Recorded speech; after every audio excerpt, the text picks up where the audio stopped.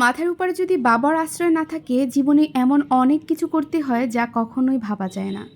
Hello everyone, আসসালামু আলাইকুম। আমি জিনি আপি নতুন একটা ভিডিও নিয়ে হাজির হয়ে গেলাম। একটা কাজের উদ্দেশ্যে গিয়ে আমার বাবার বাড়ির এলাকায় যাব।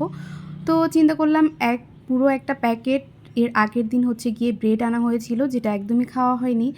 তো আমরা আস্তে আস্তে যদি এটার ডেট শেষ হয়ে যায়, তাই ভাবলাম যে একটু শাহি টুকরা করে নিই। সেজন্য আমি এটাকে কেটে সুন্দর করে ঘি আর তেলে ভেজে নিয়েছি। মানে 1 কাপ পরিমাণ ঘি দিয়েছি আর হাফ কাপ পরিমাণ তেল দিয়েছি। সেগুলোতে সবগুলোকে ভেজে নিয়েছি। আর এখানে কিছু দুধ নিয়েছি আর তার সাথে গিয়ে গুঁড়ো দুধ নিলাম। দুধটাকে আর কি মূলত ঘন করে নিয়েছি 1.5 লিটারের মতো। তারপর সেখানে গুঁড়ো দুধ দিয়ে দিচ্ছি আর আমি একটু অ্যাড করেছি আমের গিয়ে পিউরিটা, যাতে একটু কালারটাও সুন্দর আসবে আর একটু আমের পিউরি মানে আলাদা একটা সেন্ট থাকবে, মানে ম্যাঙ্গো ফ্লেভার যেটা। তো সেজন্য এখানে দিয়ে নিয়েছি আর এটাকে খুব সুন্দর করে ঘন করে নেব যতক্ষণ না পর্যন্ত পারফেক্ট পর্যায়ে আসে।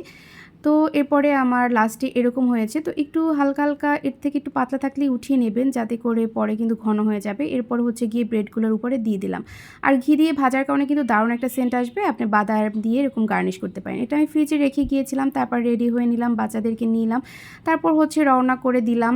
এই যে বাচ্চা দুজনকে নিয়ে আমি চলে যাচ্ছি। আসলে ওদেরকে আমার বাবার বাসায় যেহেতু কেউ নেই, সেজন্য আমার মামার বাসায় রেখে তারপর আমি কাজবাজগুলো সারবো।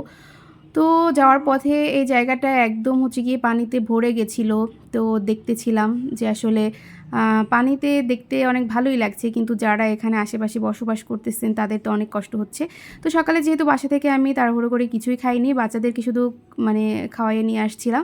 তো আমি গিয়ে যেখানে কাজে এসেছিলাম সেখানে একটুখানি পরোটা আর গিয়ে সুজি সেটা আমি খেয়ে নিলাম। আর এখানে দেখেন আমি চলে এসেছি কাজে। এটা মূলত গিয়ে জমির জরিপ অফিস, যেটা সেখানে আমার কাজবাজ ছিল। তো সেই কাজবাজগুলো সেরে তারপর দুপুরে বাসায় চলে আসলাম। মামার বাসায় খুব তাড়াহুড়ো করে, আমি আসলে ভিডিও করারও টাইম পাইনি। মামি অনেক কিছু রান্না করেছিল, সেগুলো খেয়ে দিয়ে তারপর গিয়ে আমি একটু রেস্ট নিয়ে আবার আমার বিকেলে আর একটা কাজের জন্য যেতে হবে, মানে ওইটারই আর একটা কাজ। তো আসলে এই কাজ জমি জমার কাজ কখনোই শেষ হয় না। তো বিকেলে গিয়ে আমি মানে সন্ধ্যায় যখন এসেছি তখন মামি এই কত পিঠা বানিয়েছে, পুডিং বানিয়েছে, সেই নাস্তাগুলো দিয়েছিল। তারপরে গিয়ে আমাদেরকে নিয়ে আবার বাজারেও গিয়েছিলে। আমরা সবাই ফুচকা চটপটি খাওয়ার জন্য একটু বের হয়েছিলাম বাচ্চাদেরকে নিয়ে। তো এই ট্রিটটাও মামি দিয়েছিল। তারপর সেখানে বসে একটু খেতেছিলাম। আর এখানে অনেক বেশি ভিড় ছিল, আমার মনে হচ্ছিল যে ঈদের ছুটি সেরকম একটা ভিড়। আসলে সবাই গিয়ে আজকাল বের হয়, আসলে বাচ্চারা কেউই বাসায় থাকতে চায় না, সবাই একটু আসলে মনটা ফ্রেশ করার জন্য চলে আসে। তো রাতের খাবার দাবারে দেখেন কত আয়োজন। বাবা থাকলে হয়তো এই কাজগুলো আমাকে কখনোই করতে হতো না। বাবা নেই, ভাই নেই, তাই সব দায়িত্বই আমাকে পালন করতে হচ্ছে। জমি জমা নিয়ে আসলে প্রত্যেকেরই ঝামেলা থাকে। কথায় বলে না যে সম্পদ থাকলেও জ্বালা, না থাকতেও জ্বালা, মানে এরকম একটা ব্যাপার। তো এইগুলো আমাকে হ্যান্ডেল করতে হয়। যেহেতু আমার হাজব্যান্ড বিজনেস করে, তার বিজনেসের কাজে কিন্তু সে সবসময় যেতে পারে না, কারণ সবসময় এরকম টাইম থাকে না।